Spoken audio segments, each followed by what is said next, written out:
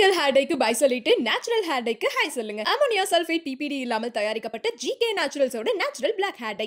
இந்த பிரதமர் மீது நடக்கக்கூடிய முதல் ஒரு தாக்குதலாகவோ இல்ல முதல் ஒரு அட்டாக்காகவோ, அதாவது உயிருக்கு அச்சுறுத்தலாகவோ நம்ம கருதக்கூடாது. இது எனக்கு தெரிஞ்சு 4வது 5வது முறை அவர் மீது உயிருக்கு பாதிப்பு விளைவிக்கும் வகையில் நாச வேலை நடந்துள்ளது. அது முறியடிக்கப்பட்டுள்ளது.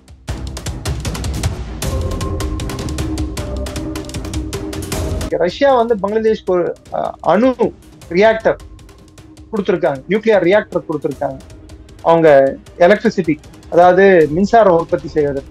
அந்த ரியாக்டர் பழுதடைந்துள்ளது, அதை சேதப்படுத்தியுள்ளார்கள். இது ஒவ்வொரு திக்குல இருந்து நம்ம பார்க்காம கிளப் பண்ணி பாருங்க, ஏதோ ஒரு பெரிய சம்பவம் பங்களாதேஷ்ல நடந்த வண்ணம் உள்ளது. இது நீங்க ஜஸ்ட் அப்படியே புறந்தழிட்டு போயிட முடியும். அதுல ஒரு பகுதியா தான் நம் பிரதமர் மீது நடக்க வேண்டிய நடந்திருக்கலாம் என்று கருதப்படுற இந்த டெரன்ஸ் ஜாக்சனால் நடந்திருக்க முடியும் என்று எல்லோரும் எண்ணக்கூடிய இந்த தாக்குதல் ஆகும். ஏன்னா பாகிஸ்தான் வழியாக அடுத்த தாக்குதல் இந்தியா மீது தொடுக்க வேண்டியது, பாகிஸ்தான் நினைப்பது பங்களாதேஷ் வழியாகத்தான் தொடுக்க வேண்டும். அங்கே இருக்கக்கூடிய உல்ஃபா, NSCN மற்ற நார்த் ஈஸ்ட்ல இருக்கக்கூடிய மாகாணங்களில் பிரச்சனைகளை ஏற்படுத்துவதற்கு பங்களாதேஷ் ஒரு தக்க இடமாக பயன்படுத்த வேண்டும் என்பது அவர்களின் குறிக்கோள். ஸோ டாட்ஸை கனெக்ட் பண்ணி பாடுங்க. அங்க ஒண்ணு நடக்குது, இங்க ஒண்ணு நடக்குது, அப்படி பார்க்காதீங்க. எல்லாத்தையும் ஒன்னா சேர்ந்து பார்க்கும்போது இந்த பிரதமரையும் இந்த அரசையும் நிலைக்குலைய செய்வது ட்ரம்பின் தேவையாகவும் பாகிஸ்தான் தேவையாகவும் இருக்கிறது. அதற்கு உகந்த இடம் பங்களாதேஷ் என்று அவர்கள் தேர்ந்தெடுத்திருக்கிறார்கள். பங்களாதேஷை லான்ச் பேடா யூஸ் பண்ண பாக்குறாங்க. ஸோ பிரதமரோட பாதுகாப்பு இந்தியாவில் மிக முக்கியமாக கருதப்படுகிறது. அவர் ஒரு விஐபிகள்லயே அதிகம் ப்ரொடெக்ட் செய்யப்பட்ட விஐபி இந்தியால யாருன்னு பாத்தீங்கன்னா பிரதமர். உலகளாவிய லெவல்ல ஹையஸ்ட் ப்ரொடெக்ஷன் இருக்கக்கூடிய விஐபிகள் அப்படின்னு எடுத்து பாத்தீங்கன்னா டாப் 5ல வரக்கூடிய 5 பேர்ல, உதாரணத்துக்கு ட்ரம்ப், புட்டின், திரு நரேந்திர மோடி அவர்கள், திரு புட்டின் அவர்கள், பெஞ்சமின் நெத்தன்யாஹூ அவர்கள், ஷி ஜின்பிங், இது மாதிரி ஒரு 5 பேர் இருக்காங்க. இவங்களுக்கு கொடுக்குற ப்ரொடெக்ஷன் வேற யாருக்குமே இல்லை.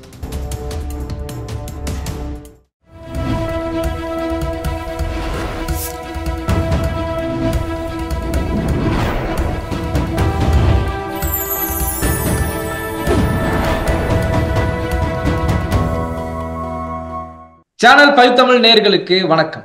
இன்று நேர்காணலில் நம்மோடு இணைந்திருப்பவர் டிஃபென்ஸ் அனாலிஸ்ட் திரு நிரஞ்சன் அவர்கள். வாருங்கள், அவரோடு பேசுவோம். சார் வணக்கம். சார் வணக்கம். ஜெயன். வாழ்க இந்தியா. சார், நேற்றிலிருந்து ஒரு செய்தி பரவலாக வந்துகிட்டு இருக்கு. சமீபத்துல பங்களாதேஷ்ல டாக்காவில் ஒரு CIA ஒரு உளவாளி ஒருத்தர், அதாவது டெரன்ஸ் ஜாக்சன் அப்படின்றவர் கொல்லப்பட்டிருக்காரு.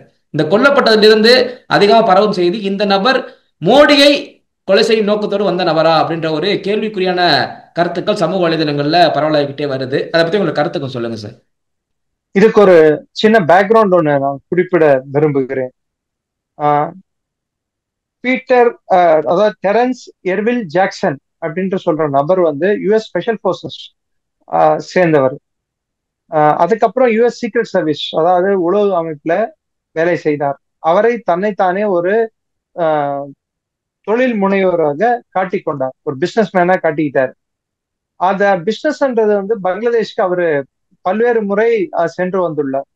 இவருக்கு நெருங்கிய தொடர்பு யாருடன் இருந்ததுன்னு பாத்தீங்கன்னா பீட்டர் ஹேஸ் என்று சொல்லக்கூடிய முன்னாள் பங்களாதேஷ், அதாவது அமெரிக்காவோட முன்னாள் தூதர் பங்களாதேஷுக்கு 2022ல இருந்து 24 வரை அமெரிக்காவோட பங்களாதேஷ் தூதரா வேலை பார்த்தவர் தான் இந்த பீட்டர் ஹேஸ். இந்த பீட்டர் ஹேஸோட காலகட்டத்தில் தான் பங்களாதேஷ்ல அந்த ஷேக் ஹசீனாவை கவிழ்க்கும் சூழ்ச்சியானது வித்திடப்பட்டது. கரெக்டா ஆகஸ்ட் 5 ஷேக் ஹசீனாவை கவுக்கிறதுக்கு முன்னாடி ஒரு 18 நாட்களுக்கு முன்னாடி பீட்டர் ஹேஸ் தன் பதவிக்காலம் முடிந்ததுன்னு சொல்லிட்டு ரிட்டர்ன் போயிட்டார். ஜூலை 22, 2024. சோ இந்த பீட்டர் ஹேஸ் திரும்பியும் இந்த மாணவர்கள் கட்சி NCPன்னு ஒண்ணு ஃபார்ம் பண்ணிருக்காங்க. அந்த மாணவர் கட்சியை அந்த மாணவர்கள் தலைவர்களை சந்திக்கிறதுக்கு பல்வேறு முறை பங்களாதேஷுக்கு வந்து சென்றுள்ளார். இந்த பீட்டர் ஹேஸ் உடன் ஒரு நபர் வந்து சென்றார் என்று பார்த்தால் அது இந்த ஜாக்சன், கேரன்ஸ் எர்வில் ஜாக்சன் என்று சொல்லக்கூடிய நபர். தன்னைத்தானே ஒரு ஏற்கனவே நான் சொன்ன மாதிரி பிசினஸ் மேன் சொல்லிட்டு காக்ஸ் பசார் வரை சென்று வந்துள்ளார். காக்ஸ் பசார் எதுக்கு முக்கியத்துவம் ரொம்ப அதிகம்னு சொல்லி பாத்தீங்கன்னா, காக்ஸ் பசார் வந்து வெறும் பங்களாதேஷோட ராணுவம் மாத்திரம் இல்லாம இங்க பாகிஸ்தான் ஒரு விளையாட்டு சித்து விளையாட்டை விளையாடிட்டு இருக்கு. இஸ்பு தஹ்ரீரை ஆக்டிவேட் பண்ணி ஒரு காரிடார் மியான்மர் வரை செல்லக்கூடிய ஒரு பாதையை அமைப்பதற்கு அவங்க சில நாச வேலைகளில் ஈடுபட்டுள்ளார்கள். திரிபுரா வழியாக இதை கட்டுப்படுத்துவதற்கு இந்திய ராணுவமும் இந்திய உளவு அமைப்புகளும் வேலை செய்து வண்ணம் உள்ளன. அதே சமயத்தில் இதே இடத்தில் அமெரிக்காவும் வந்து மியான்மரில் கால் தடம் பதிப்பதற்கு சில வேலைகளை ஐஎஸ்ஐயுடன் சேர்ந்து செய்து கொண்டிருக்கிறது. சோ இந்த இடத்துக்கு இந்த டெரன்ஸ் ஜாக்சன் ரெகுலரா வந்து போறது இயல்பா இருந்திருக்கு.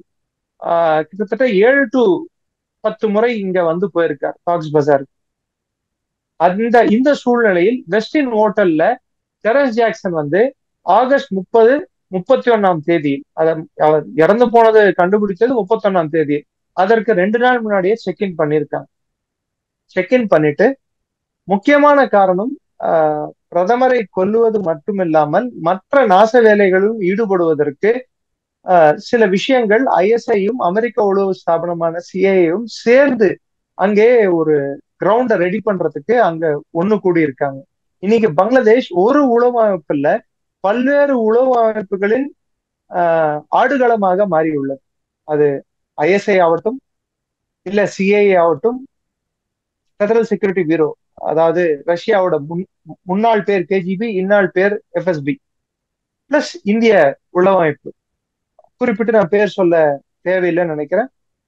தெரிஞ்சிக்க வேண்டியவங்களுக்காக நான் சொல்றது RNDW, ரிசர்ச் அனாலிசிஸ் விங். இவங்களும் வந்து அங்க எல்லாருக்கும் ஒரு ஸ்டேக்ஸ் இருக்கு, எல்லாருக்கும் அவங்களோட தேவை இருக்கு. இந்தியா குறிப்பிட்டு சொல்லணும்னா நம்மளோட பாதுகாப்பு, நார்த் ஈஸ்டோட பாதுகாப்பு அதை சார்ந்துதான் இருப்பதால் அங்கே வந்து நம்ம சில விஷயங்கள் செய்த வண்ணம் உள்ளோம். அந்த விஷயங்களை விளக்கி சொல்ல வேண்டிய கட்டாயம் இல்லை. அங்க அந்த ஒரு பகுதியா சில விஷயங்கள்ல இன்னொரு ஏஜென்சிக்கும் நம்மளுக்கும் ஒத்து போகும், சில விஷயங்கள் ஒத்து போகும். அப்கோர்ஸ் ஐஎஸ்ஐக்கு நம்மளுக்கும் எப்பயுமே ஒத்து போகாது, அதை பக்கத்துல வச்சிருங்க. மற்ற ஏஜென்சிக்கு ஒத்து போகும். சோ இப்போ அமெரிக்காவுக்கும் பாகிஸ்தானுக்கும் புதுப்பிக்கப்பட்டுள்ள உறவு காரணமாக சிஐஏவும் ஐஎஸ்ஐயும் இந்த டெரன்ஸ் ஜாக்சன் என்ற நபரும் ஐஎஸ்ஐ சேர்ந்த நபரும் அவர் இன்னொரு ஸ்டார் ஹோட்டல்ல தங்கியிருக்கார். அவரும் அரை நிர்வாண கோலத்தில் தான் அவர் சடலம் கண்டுபிடிக்கப்பட்டுள்ளது. ஐஎஸ்ஐ ஏஜென்டோட சடலத்தையும் அதே அரை நிர்வாண கோலத்தில் தான் இந்த டெரன்ஸ் ஜாக்சன் உடம்பும் கண்டுபிடிக்கப்பட்டுள்ளது. இந்த காலகட்டத்தில் தான் ஷாங்காய் கோஆபரேஷன் மாநாடு டான்ஜினில் சைனாவில் நடந்தது. சோ இந்த மாநாடு நடக்கும் போது இந்த டெரன்ஸ் ஜாக்சன் வந்து மோடியை கொல்வதற்கான திட்டம் தீட்டினார் என்பது ஒரு கூற்றாக பல்வேறு கோணங்களில் சொல்லிக் கொண்டிருக்கிறார்கள். அது ஒரு புறம் இருக்க, பீட்டர் ஹேஸ் வந்து நான் சொன்னது போல முன்னாள் பங்களாதேஷ் அமெரிக்க தூதர் பங்களாதேஷுக்கு அவர் பலமுறை வந்து சென்ற பிற்பாடு பங்களாதேஷ்ல ஒரு சில விஷயங்கள் நடந்திருக்கு. அது வந்து டெரன்ஸ் ஜாக்சனை கொன்னது ஒரு பக்கம் இருக்க, ஐஎஸ்ஐ உளவாளியை கொன்னது ஒரு பக்கம் இருக்க, அங்க அவரோட மெயின் குறிக்கோள் வந்து பங்களாதேஷோட கார்மெண்ட் இண்டஸ்ட்ரி, அதாவது அவங்களோட ரெடிமேடு துணிகள், ஆடைகள், அந்த இண்டஸ்ட்ரியை குறிவைத்து சில தாக்குதல்கள் நடந்த வண்ணம் உள்ளன. மிர்பூர்ல, நாராயண்கஞ்சில, டாக்கால, பல்வேறு பகுதிகளில் அந்த இண்டஸ்ட்ரிங்க தானா பத்தி எறிகிறது ஒரு பக்கம் நடந்த வண்ணம் உள்ளன. ரெண்டாவது, இந்த பீட்டர் ஹேஸோட இன்னொரு முக்கியமான பிசினஸ், அவர் வந்து எண்ணெய் நிறுவனங்களுக்கும் எரிவாயு நிறுவனங்களுக்கும் அவர் ஒரு அட்வைசரா வேலை பார்த்துட்டு இருக்காரு அமெரிக்கால. இப்போ அவர் பங்களாதேஷ்க்கும் ரெகுலரா யூனிவர்சிட்டியும் சந்திச்சுட்டு இருக்காரு. இப்போ ரீசெண்டா சில எண்ணெய் கிடங்குகள், குறிப்பிட்டு சொல்லணும்னா எரிவாயு கிடங்குகள் பத்தி எரிந்துள்ளன. எல்லாமே இந்த ஆகஸ்ட் அந்த 30, 31 இந்த வாக்குல தான் நடந்திருக்கு. மிகப்பெரிய அளவுல ஏர்போர்ட்ல செல்லக்கூடிய, கார்கோல செல்லக்கூடிய துணிகள் ஏர்போர்ட்ல மிகப்பெரிய இந்த விபத்து, அதாவது தீ விபத்து ஒண்ணு ஏற்பட்டிருக்கு. அந்த தீ விபத்து காரணமாக பங்களாதேஷ்ல பெரிய சேதம், ஏர்போர்ட்ல பெரிய சேதங்கள் காணப்பட்டுள்ளன. இது ஒரு பக்கம் இருக்க, ஒரு பக்கம் அவங்களோட மிகப்பெரிய உற்பத்தியான ரெண்டே உற்பத்திகள், ஒன்னு கேஸும் இன்னொன்னு ரெடிமேடு ஆடைகளும். அது ரெண்டுமே அதை தாக்குற மாதிரி சில விஷயங்கள் நடந்துள்ளன. ஒன்னு கேஸ் கிடங்குகளும் பத்தி எரிந்துள்ளன. இந்த வெளிநாட்டுக்கு போக வேண்டிய சப்ளைகள், துணி, அதுவும் பத்தி எரிஞ்சிருக்கு ஏர்போர்ட்லயே. மூணாவது ஒரு விஷயம் நடந்திருக்கு. ரஷ்யா பங்களாதேஷ்க்கு ஒரு அணு ரியாக்டர் கொடுத்திருக்காங்க, நியூக்ளியர் ரியாக்டர் கொடுத்திருக்காங்க. அவங்க எலக்ட்ரிசிட்டி, அதாவது மின்சாரம் உற்பத்தி செய்வதற்கு. அந்த ரியாக்டர் பழுதடைந்துள்ளது, அதை சேதப்படுத்தியுள்ளார்கள். இது ஒவ்வொரு திக்குல இருந்து நம்ம பார்க்காம கிளப் பண்ணி பாருங்க, ஏதோ ஒரு பெரிய சம்பவம் பங்களாதேஷ்ல நடந்த வண்ணம் உள்ளது. இது நீங்க ஜஸ்ட் அப்படியே புறந்தழிட்டு போயிட முடியும். அதுல ஒரு பகுதியா தான் நம் பிரதமர் மீது நடக்க வேண்டிய இருந்த, நடந்திருக்கலாம் என்று கருதப்படுற இந்த டெரன்ஸ் ஜாக்சனால் நடந்திருக்க முடியும் என்று எல்லோரும் எண்ணக்கூடிய இந்த தாக்குதல் ஆகும். குறிப்பா சார், அந்த சீனாவில் அந்த சிஓ மாநாட்டுக்கு பிறகு புட்டின் அவர்களும் நமது பாரத பிரதமர் மோடி அவர்களும் 45 நிமிடங்கள் தனியாக ரொம்ப சீக்கிரட்டா பேசினாங்க அந்த கார்ல. சோ அங்கே பேசப்பட்டது இந்த ஒரு தகவல் தான் பெரிய அளவுல பேசப்படுது. அந்த தகவலுக்கு ரெண்டு பேர் தான் அதை கன்ஃபார்ம் பண்ண முடியும், இந்த தகவல் தானான்ட்டு. ஒன்னு புட்டின், இன்னொன்னு பிரதமர். ரெண்டு பேர்கிட்டயும் நீங்களும் நானும் போய் கேட்டா அவங்க சொல்லிடுவாங்களா? சொல்லுங்க. இதெல்லாம் ரெல்ம் ஆஃப் ஸ்பெகுலேஷன் அப்படின்வாங்க. அதாவது நம் கற்பனையிலேயே இருக்க வேண்டிய சில விஷயங்கள், இருக்கலாம் என்று ஒரு வியூகமாக இருக்க வேண்டிய விஷயங்களை தவிர்த்து இதுதான் நடந்தது என்று நம்மளால் ஊர்ஜிதமாக சொல்ல முடியாது. ஆனால் பங்களாதேஷில் சில நாச வேலைகள் நடந்தது என்பது உண்மை. அதற்கு நான் விளக்கம் கொடுத்துட்டேன். டெரன்ஸ் ஜாக்சன் என்ற ஒரு நபர், அமெரிக்க உளவாளி, கொல்லப்பட்டது என்பது உண்மை. அவர் இறந்த சில மணி நேரங்களிலேயே அவர் லிங்க்டின் பேஜ்ல அவர் ஸ்பெஷல் சர்வீசஸ்க்கு வேலை செய்ததை மாற்றம் செய்துள்ளார்கள். அதுக்கப்புறம் அந்த லிங்க்டின் பேஜ் பிளாக் பண்ணியிருக்காங்க. ஒண்ணு. ரெண்டாவது, ஐஎஸ்ஐ உளவாளியும் கொல்லப்பட்டுள்ளார் அதே நாளில் இன்னொரு ஹோட்டல்ல. டெரன்ஸ் ஜாக்சன் கொல்லப்பட்டது வெஸ்டின் ஹோட்டல்ல. அவர் இறந்து போன பிற்பாடு பங்களாதேஷ் போலீஸ் அவர் சடலத்தை கைப்பற்ற சென்ற போது அமெரிக்க மத்த தூதரக அதிகாரிகள் அவர்களை நெருங்க விடவில்லை. அவர் பிணத்தை கைப்பற்றி அமெரிக்காவுக்கு திரும்பி அனுப்பிவிட்டனர். அதாவது போஸ்ட்மார்ட்டம் சொல்லுவாங்க, உடற்கூறு ஆராய்வு செய்யாமலேயே, போஸ்ட்மார்ட்டம் ரிப்போர்ட் இல்லாமலேயே யாருமே பாடியை பிளைட்ல ஏத்த முடியாது, கப்பல்லையோ பிளைட்லயோ. பட் ஆனா இங்க நடந்திருக்கு. சோ எதையோ மறைக்கத்தான் இதெல்லாம் நடந்து இருக்கிறதாக கருதப்படுகிறது. அதில் ஒரு பகுதிதான் இந்த நம் பிரதமரை தாக்குவதற்கு நடந்த ஒரு முயற்சி என்று எல்லோரும் அழைக்கிறார்கள். இது நடுவே இது முதல் முறையல்ல பிரதமரை குறிவைத்து தாக்க நேரிடுவது. இதற்கு ஒரு சில ஆண்டுகள் முன்னாடி 2017 ஜூன் மாதம் நினைக்கிறேன் சரியாக இருந்தால், அன்றிருந்த கேரள டிஜிபி திரு சென்குமார் அவர் வெளிப்படையாகவே சொன்னார், அங்கே கேரளாவில் பிரதமர் விசிட் நடக்கும்போது லத்தி சார்ஜ் செய்யப்பட்டது, தடியடி பிரயோகம் செய்யப்பட்டது. அதற்கு காரணம் பிரதமர் உயிருக்கு அச்சுறுத்தல் இருந்ததாக அவர் வெளிப்படையாக சொல்லியிருக்கிறார். அதற்கு முன்னாடி 2014 பிரதமர் பீகார் ஒரு பொதுக்கூட்டத்தில், அவர் பிரதமர் ஆவதற்கு முன்னாடி குஜராத் முதல்வராக இருக்கும் போதே ஒரு பொதுக்கூட்டத்தில் அவர் பங்கேற்கும் போது, அந்த பொதுக்கூட்டத்தில் காந்தி மைதானில் 7 லட்சம் பேர் கூடியிருந்த அந்த இடத்தில் மிகப்பெரிய குண்டு வெடிப்பு நடந்தது. அதில் 6 பேர் கிட்ட கொல்லப்பட்டார்கள். அந்த 6 பேர் கொல்லப்பட்ட பிற்பாடு என்ஐஏ வழக்கு பதிவு செய்து அதில் 9 பேர் குற்றவாளிகள் என்று தீர்மானிக்கப்பட்டுள்ளது. இது ரெண்டாவது. மூணாவது எவிடன்ஸ், ரோனா வில்சன் என்ற ஒரு நபரும், ஸ்டான் சுவாமி, இது மாதிரி பீமா கோரேகான் இன்சிடென்ட் சொல்லிட்டு நீங்க போய் பாத்தீங்கன்னா 2018 உங்களுக்கு தெரிய வரும். பீமா கோரேகான் அப்போ கம்யூனிஸ்ட் பார்ட்டி மாயிஸ்ட் அவர்கள் ராக்கெட் லான்ச்சர்கள் மூலம் பிரதமரை கொல்ல வேண்டும் என்று திட்டம் தீட்டினார்கள்.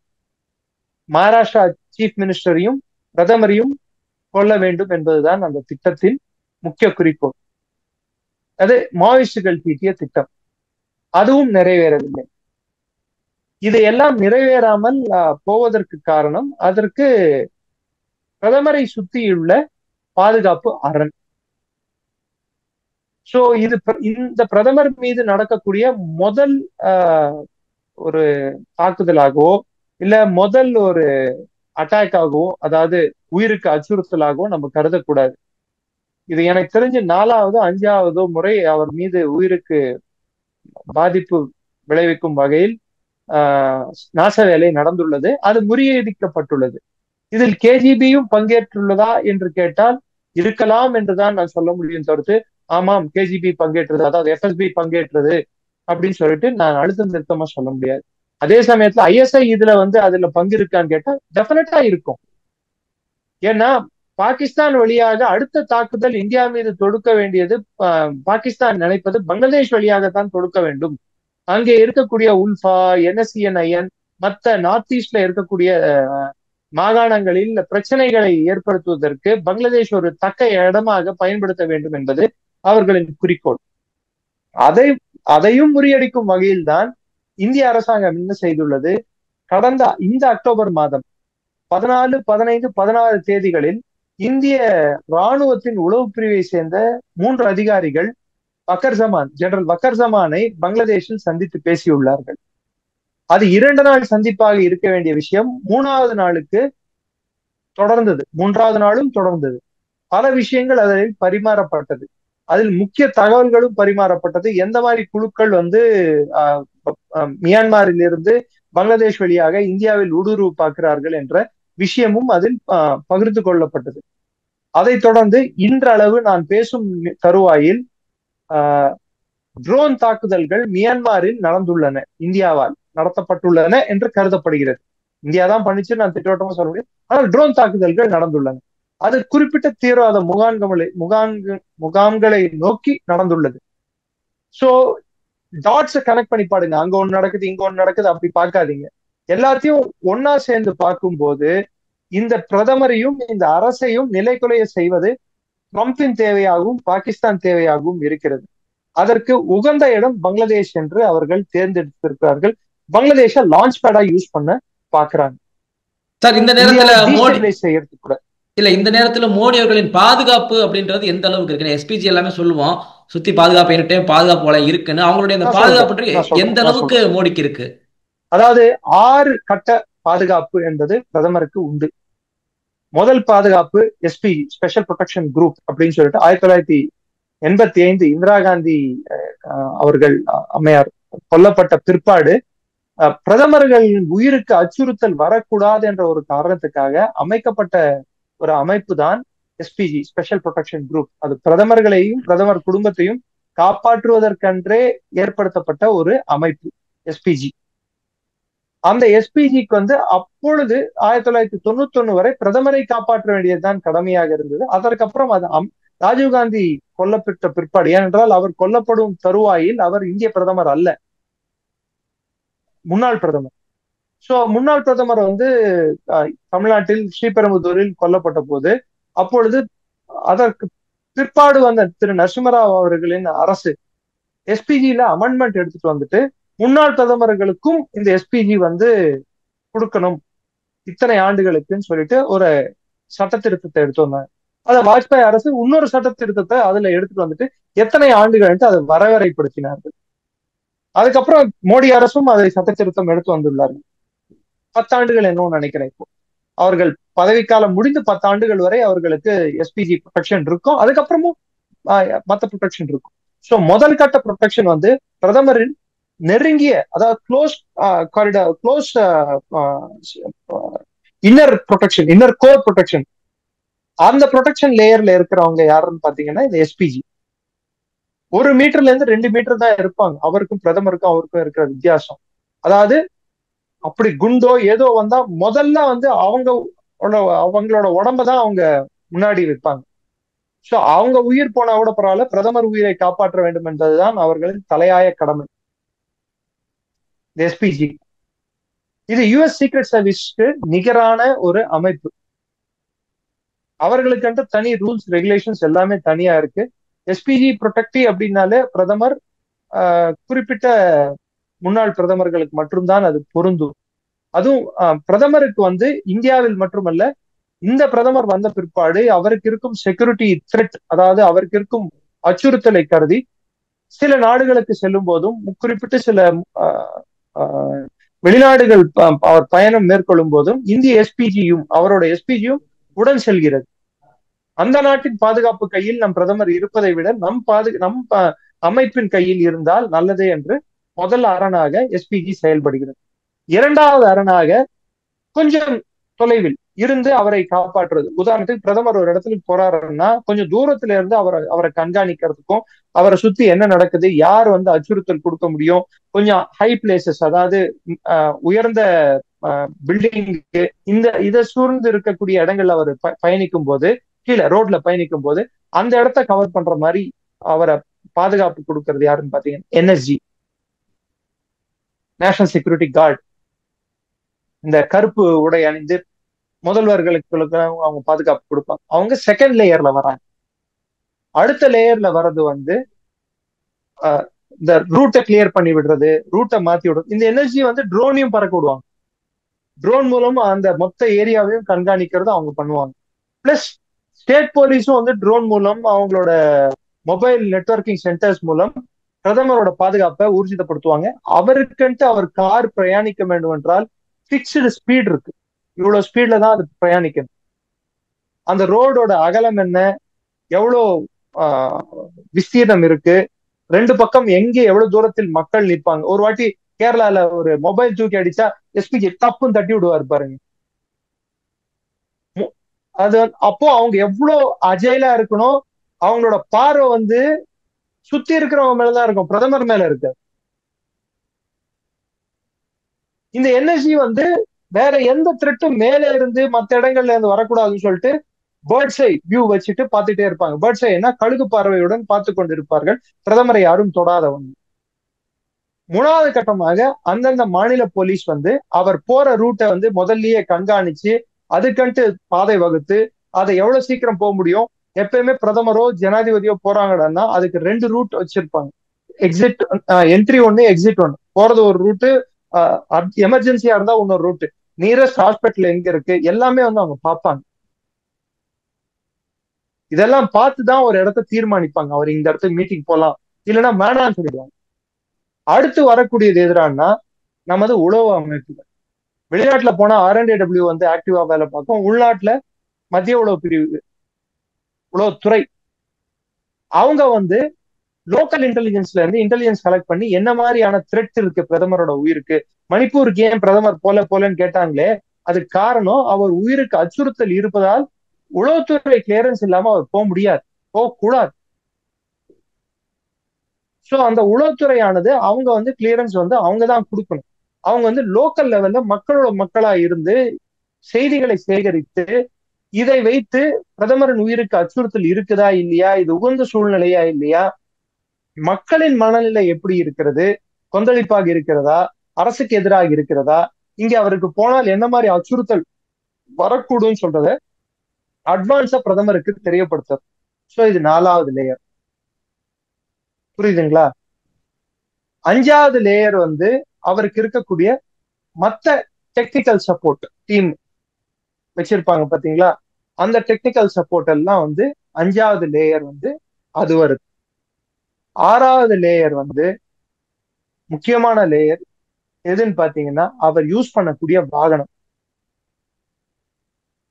அது குண்டு தொலைக்காத வாகனம். If I am right, Mercedes Maybach 650 நினைக்கிறேன் அந்த வாகனத்தோட பேர். மிக விலை உயர்ந்த வாகனம், பிளஸ் ரேஞ்ச் ரோவரும் இருக்கு அவருக்கு. ஸோ இதெல்லாம் குண்டு தொலைக்காது, டயருங்க பஞ்சர் பண்ண முடியாது, அதை இடிச்சாலும் ஒன்றும் ஆகாது.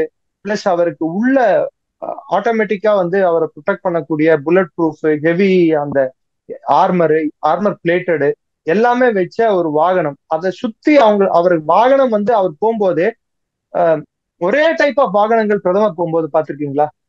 ஒரு வாகனம் போகாது, ஒரே மாதிரி 2-3 வாகனம் ஒரே மாதிரி போகும். எதுல பிரதமர் உட்கார்ந்துட்டு இருக்காரு அந்த ஸ்பீட்ல அவர் போகும்போது நம்மளுக்கு கன்சியூமர் நேரத்துல நம்மளுக்கு எதுல போறாருன்னு கூட தெரியாது. அது எதுக்குன்னா டெக்காய், அது பேர் தான் டிகாய் அப்படின்வாங்க. அதாவது பாக்குறவனுக்கு எதுல யார் இருக்கான்னு சொல்லி தெரியக்கூடாதுன்றதுக்காக அது மாதிரி மெயின்டைன் பண்றது. ஒரே ஒரு கார் மாத்திரம் வச்சிருக்க மாட்டாங்க. அது இல்லாம அணிவகுத்த மாதிரி தான் அந்த கார்கள் போவோம். நான் சொன்னேன் பாத்தீங்களா, டெக்னிக்கல் கேட்ஜெட்ஸ் பின்னாடி ஏரியலா பெரிய பெரிய கம்பிகளா அந்த கார்கள்ல இருக்கும் பாருங்க, ஜாமர் டிவைசஸ். செல்போன் ஒர்க் பண்ணாது. பிரதமர் போற அந்த பாதையில வந்து நம்ம செல்போன் ஆப்ரேட் பண்ண முடியும், ஆட்டோமேட்டிக்கா சிக்னல் ஜாம் ஆயிடும். ஏன்னா யாரும் எந்த நாச வேலையும் செய்யக்கூடாது என்பதற்காக. அப்படி இருந்தும் பஞ்சாப்ல ஒரு முறை குருதாஸ்பூர் மாவட்டத்துல பிளைஓவர் மேல அவர் போகும்போது பாகிஸ்தானுக்கு எல்லைக்கு மிக நெருக்கமாக இருக்கும் பகுதியில் பிரதமர் கான்வாய் வந்து பிரிட்ஜ் மேல ரெண்டு பக்கமும் ஆஹ் அந்த அந்த போராட்டக்காரர்கள் சூழ்ந்து கொண்டு வேணுமென்ட்டே அந்த இடத்துல ஒரு 20 நிமிஷம் பிரதமரோட கான்வாய் டிலே ஆச்சு. மொத்த அரசு எந்திராங்கமே வந்து கிட்டத்தட்ட டெல்லியே கொஞ்சம் ஆடி போயிடுச்சு.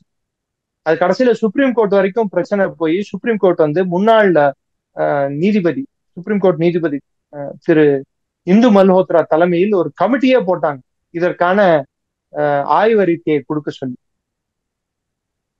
சோ பிரதமரோட பாதுகாப்பு இந்தியாவில் மிக முக்கியமாக கருதப்படுகிறது. அவர் ஒரு விஐபிகளே அதிகம் ப்ரொடெக்ட் செய்யப்பட்ட விஐபி இந்தியால யாருன்னு பாத்தீங்கன்னா பிரதமர். உலகளாவிய லெவல்ல ஹையஸ்ட் ப்ரொடெக்ஷன் இருக்கக்கூடிய விஐபிகள் அப்படின்னு எடுத்து பாத்தீங்கன்னா டாப் 5ல வரக்கூடிய 5 பேர்ல, உதாரணத்துக்கு ட்ரம்ப், புட்டின், திரு நரேந்திர மோடி அவர்கள், திரு புட்டின் அவர்கள், பெஞ்சமின் நெத்தன்யாஹூ அவர்கள், ஷி ஜின்பிங், இது மாதிரி ஒரு 5 பேர் இருக்காங்க. இவங்களுக்கு கொடுக்குற ப்ரொடெக்ஷன் வேற யாருக்குமே இல்லை. அதாவது ஒரு நாட்டோட தலைவனுக்கு பாதுகாப்பு கொடுக்க முடியலன்னா அது நாணக்கேடு, வெக்கக்கேடு. அதோட ஒரு தலைகுனிவு, இழிவு ஒரு நாட்டுக்கு இருக்க முடியாது. அதுவும் இந்தியா மாதிரி ஒரு வல்லரசு நம்மள நாமே நினைச்சிட்டு கூப்பிட்டுட்டு உலகத்துக்கும் நம்ம காட்டிட்டு இருக்க நாம நம் பிரதமரை பாதுகாப்பு முடியலன்னா அப்புறம் நம்மளுக்கு இவ்வளவு பெரிய ராணுவம், இவ்வளவு பெரிய டெக்னாலஜி, இவ்வளவு பெரிய பொருளாதாரம் இருந்து என்ன பயன்? ஆல்ரெடி நம்ம 2 பிரதமர்களை, ஒரு முன்னாள் பிரதமர், ஒரு பிரதமர், 2 பேரை நம்ம தொலைச்சிருக்கோம். திரு இந்திரா காந்தி அம்மையார் ஆகட்டும், இல்ல திரு ராஜீவ்காந்தி ஆகட்டும். ஏன் இன்னும் சொல்ல போனால் லால் பகதூர் சாஸ்திரி கூட அது ஒரு கொலையாக இருக்கலாம் என்று டாஷ்கெண்ட்ல நடந்தது வந்து அவருக்கு மருந்து வைத்து கொல்லப்பட்டிருக்கலாம் என்று ஒரு இது நிலவிட்டு இருக்கு, சர்ச்சை.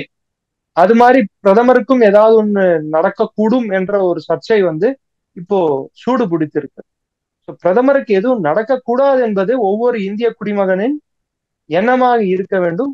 அதை நோக்கித்தான் இந்திய அரசாங்கமும் செயல்படுகிறது.